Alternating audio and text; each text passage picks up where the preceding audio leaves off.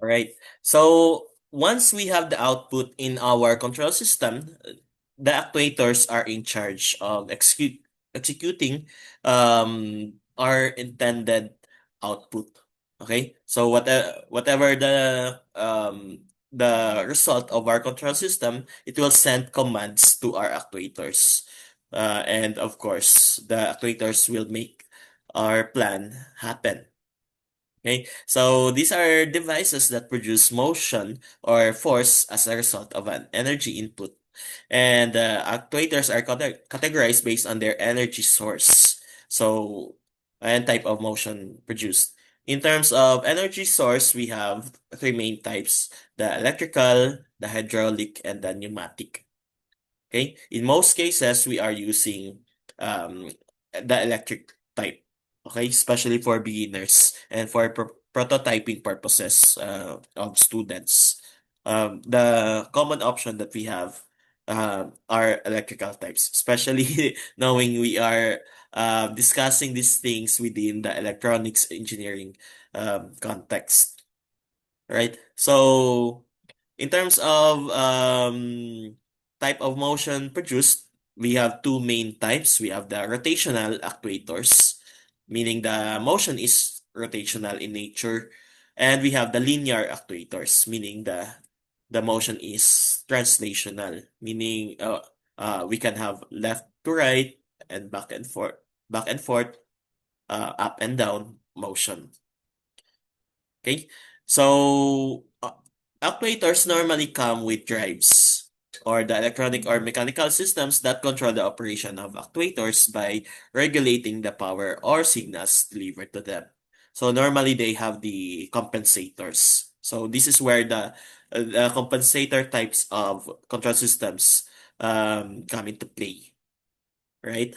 So drives are meant to stabilize our actuators. They are meant to restrict our actuators to perform only what we commanded them to, right? At the same time, they are somewhat like the supplier of the energy for our actuators. Because if we rely on the um controller for the supply, then the controller may not be able to provide um, significant energy for the actuator to perform what we want them to. Okay, so normally we use an external energy. Okay, we use an external supply that will be regulated by the drive, and once regulated, it will supply that regulated value or regulated supply to the actuator, right? So two things that the drives do. One is regulate or um, restrain. I know police. Okay, police our actuators. That's the first one, and the second one is provide the necessary energy to make our actuators work. Okay, so some actuators come with built-in drives. Okay, especially the modular actuators. They have a mini circuit board that come with them. Okay, so that they have a built-in drive that will perform the said tasks. Okay, so as mentioned, electric actuators are the most common ones that we use, and they are basically DC motors in the concept of robotics. So we can have a brushed or brushless motor, or we can have a stepper motor, or a servo motor. Okay, brush and okay, let's zoom in so we can understand more. Okay.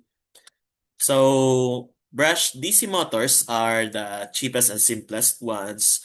Their speed is linear to applied voltage, and they are simple to control. Okay. However, they require high maintenance, and they can easily get damaged because of their low lifespan due to physical wear of the brushes. But if we don't include brush in our DC motor, meaning they are brushless, we can achieve a higher efficiency in their performance. Um, they are they require less maintenance and they can last longer. Okay, plus they can provide higher output per frame size. However, the problem is they are more complicated and they are more costly, right? So these types of motors are normally used for our wheels and other parts of the robots that are meant to rotate continuously. Okay? So if what we want is just a partial rotation, okay, or step-by-step rotation, then we can have either a stepper or a servo motor. So stepper motor is the more uh, high capacity one, okay, and more accurate one, right? This is excellent, or it provides excellent low speed torque because it is more on the precision. Okay, it focus on the precision. Problem is it has low efficiency and it is prone to resonances, noise, and torque ripple, or should we say external disturbances, right?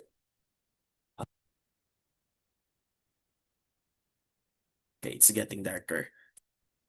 Okay, so what else? Um, it cannot accelerate loads rapidly. Okay, because if you want speed, we go for brushed or brushless. But if we want precision, we can have stepper or a servo motor.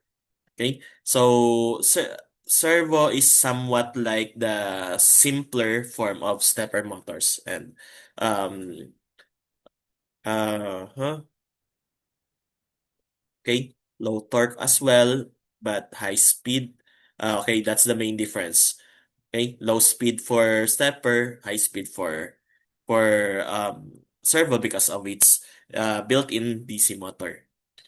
Okay, and it has a potentiometer that we can vary, okay, manually or electrically, right? So stepper motors are somewhat like for bigger machines, bigger robots, bigger robotic parts, while servo motors are for the smaller ones. Right? That's the main um, common um, rule of thumb for these motors. Okay. For and brushless motors, DC motors, we normally use an H-bridge motor driver to regulate their performance and of course provide the energy supply that they need to operate. Okay?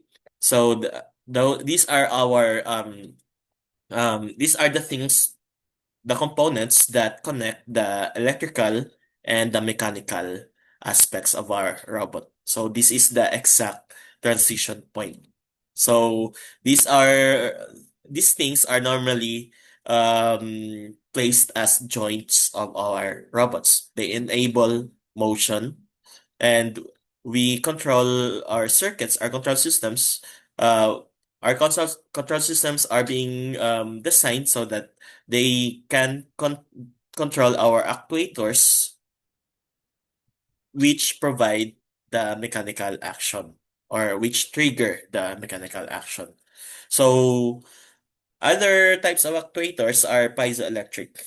Um, they are more based on pressure rather than electrical.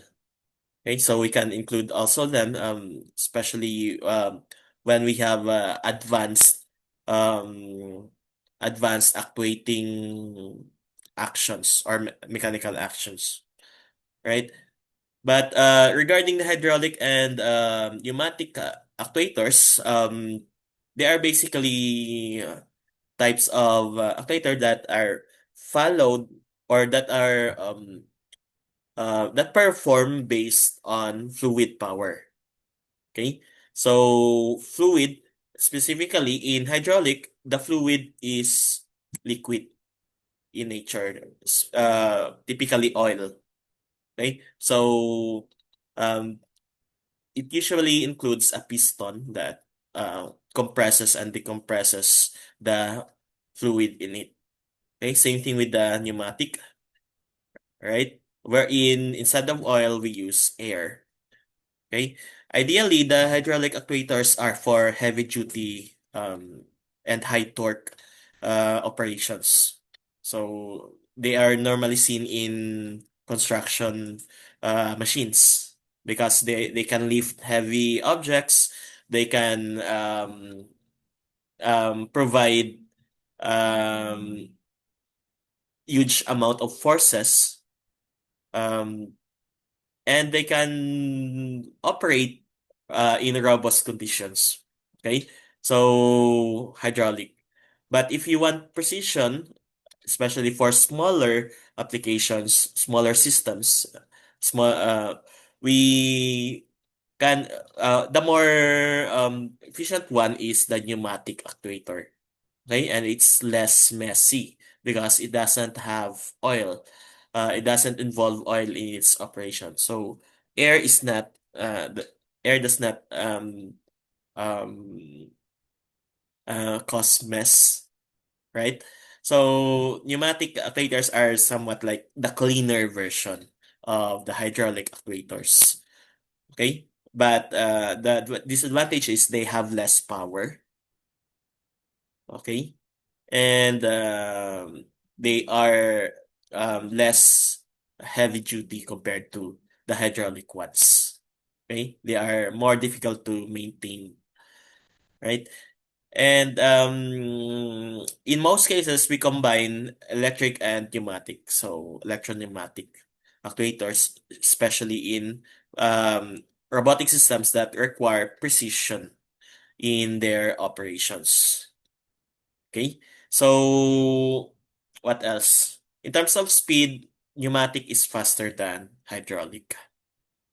Okay. So these are some of the first things you should know about actuators.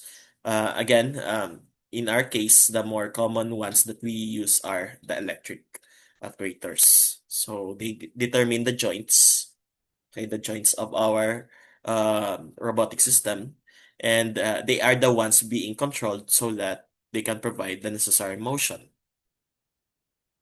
Okay. Other common actuators have their respective drives usually built in within them. Okay, we have some thermal and thermoelectric actuators. We also have some shape memory alloys, or the SMAs. Okay, and what we talked about earlier, especially the electrical actuator types are rotational in motion. Okay, we also have electrical linear types. Okay, like the belt drive, the screw drive, the rock piston drive, and the linear motor drive. Okay, so you can see their comparison. Okay, and there are some that we get to choose the type of source, whether electric, hydraulic, or pneumatic. So uh, we have a lot of options to choose from actually when it comes to actuators and drives. But of course, it requires knowledge in circuits, okay, as well as in the mechanical aspects. Okay, that's why what I said, for beginners, we usually settle for these uh, actuators and drives. Okay, and when choosing actuators and drives for robotics, the following factors are considered. We have the load requirements, the precision, the speed and response time, the energy source, the size and weight, and of course the environment where we intend our robot to be deployed. Okay. And we have a comparison between the different applications and their respective actuator and drive types. Also, note that actuators and drives are the components that enable a robot to perform physical actions such as moving, lifting, gripping, or interacting with its environment. They are the muscles and nervous system of a robot, translating control signals into mechanical movement. Okay? Well, and with that, we can now introduce the two common types of control systems being deployed in a robotic system. Okay, so one control system that we normally have is this one. Okay, we have the hybrid position control force. So this allows the robots to regulate not only their end effector's position in space, but also the forces applied during the interactions with the environment. So we choose the right type of actuators and drives to uh, provide the amount, the exact amount of force that we want in each corresponding position.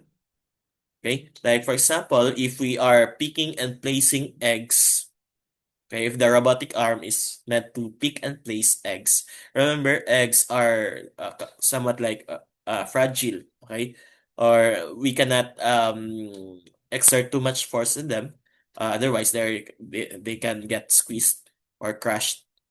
So uh we don't want our robots also to move slowly. Okay, from one point to another. If the end effector is meant to move from one point to another, we want it to move fast. Okay, but at the same time, when it moves fast, the the end effector applies the force that is appropriate only for holding a robotic. I mean, holding an egg. Okay, and once it holds the egg, it must regulate, it must maintain that amount of force all throughout its movement. Okay?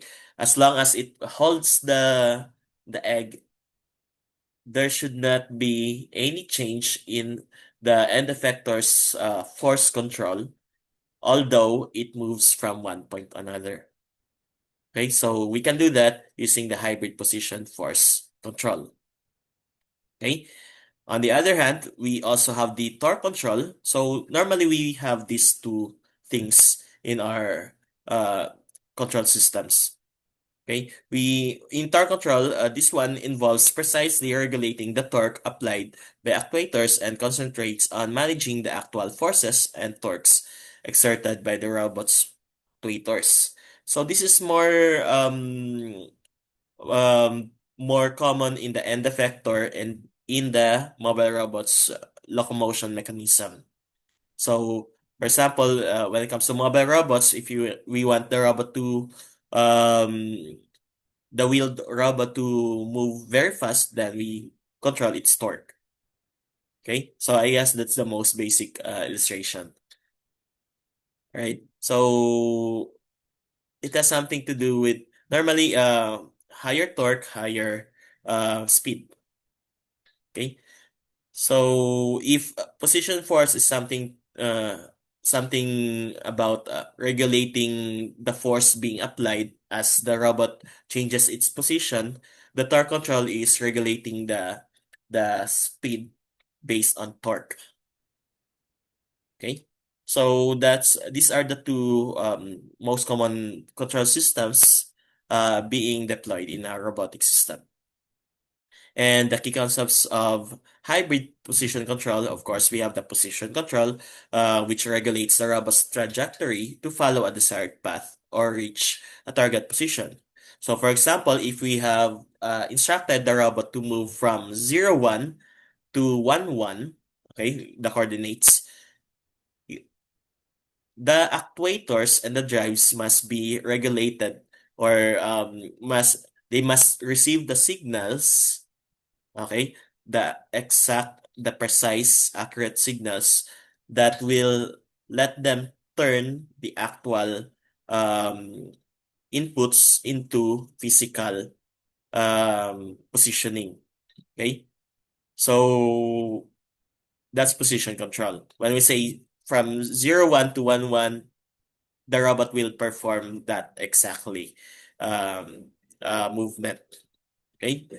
But force control, like what I said, it adjusts the robot's motion to maintain a desired force, like the force required to hold the egg when interacting with an object or surface. Okay? In addition, we have the orthogonality principle. The force control and position control are applied together in orthogonal directions. So the force control, for example, the force control along the z-axis, okay, um, if this is the surface, then the z-axis is the one normal, okay, perpendicular. Okay, let's say if this is the surface, then the z is right here, and the position control is along the x and y. So if this is the surface, then the position control is within that surface, while the force control is on something perpendicular or normal to that surface. Okay, so they cannot exist in the same plane. Okay, so X and Y for position in most cases, while the for the force we have the Z. Okay, so we can change the axis if you want, but never in normal cases we don't put the position control and the force control in the same plane, right? So if we have X and Z for the position, then the force should be in the y-axis. On the other hand, when we say torque control, we have the control commands where the controller specifies the torque to be applied at each joint instead of the joint angles or velocities. So this is especially our for robotic or I mean mobile robots. Okay. So we have this torque command that will be translated into the like especially the wheels. Okay, the speed of the wheels. And it involves dynamic modeling, which requires accurate knowledge of the robot's dynamics, including the physical concepts like inertia and external forces. So we we actually cover both statics and dynamics of the robot's physical structure and motion. Okay. Plus, we also have the impedance control that we often use to regulate the relationship between the force and displacement, mimicking the compliance of springs and dampers. So, impedance control, damping. Okay, and we're going to talk about damping in a while. Okay, but first, uh, okay, we continue this in the next video.